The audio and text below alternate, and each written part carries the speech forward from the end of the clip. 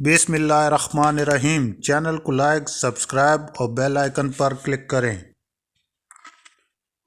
ابن شہر یعشوب نے حضرت سلمہ، اسماء بنت امیس اور جابر انصاری، ابن عباس، ابو ہریرہ اور امام جعفر صادق علیہ السلام سے روایت نقل کی ہے کہ رسول اکرم صلی اللہ علیہ وآلہ وسلم نے قراء الامیم کے مقام پر نماز پڑھی۔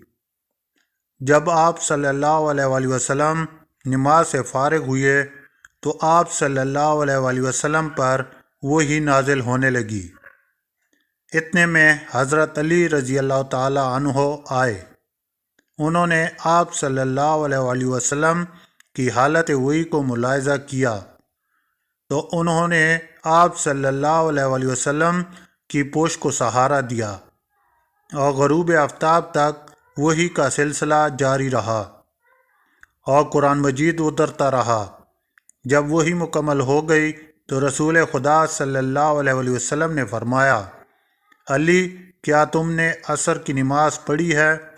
حضرت علی رضی اللہ تعالی عنہ نے عرض کیا، نہیں یا رسول اللہ صلی اللہ علیہ وآلہ وسلم، میں نے آپ کو سہارا دیا ہوا تھا۔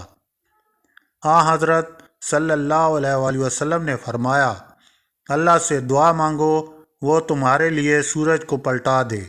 حضرت علی رضی اللہ تعالی عنہ نے دعا مانگی تو اللہ کے حکم سے سورج پلٹ آیا۔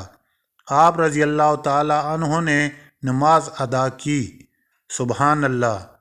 ابو جعفر ملاوی لکھتے ہیں، نبی اکرم صلی اللہ علیہ وآلہ وسلم نے دعا مانگی، پروردگار اعلیٰ رضی اللہ تعالی عنہ تیری اور تیرے رسول صلی اللہ علیہ وآلہ وسلم کی اطاعت میں مصروف رہا، اس کے لیے سورج پلٹا دے۔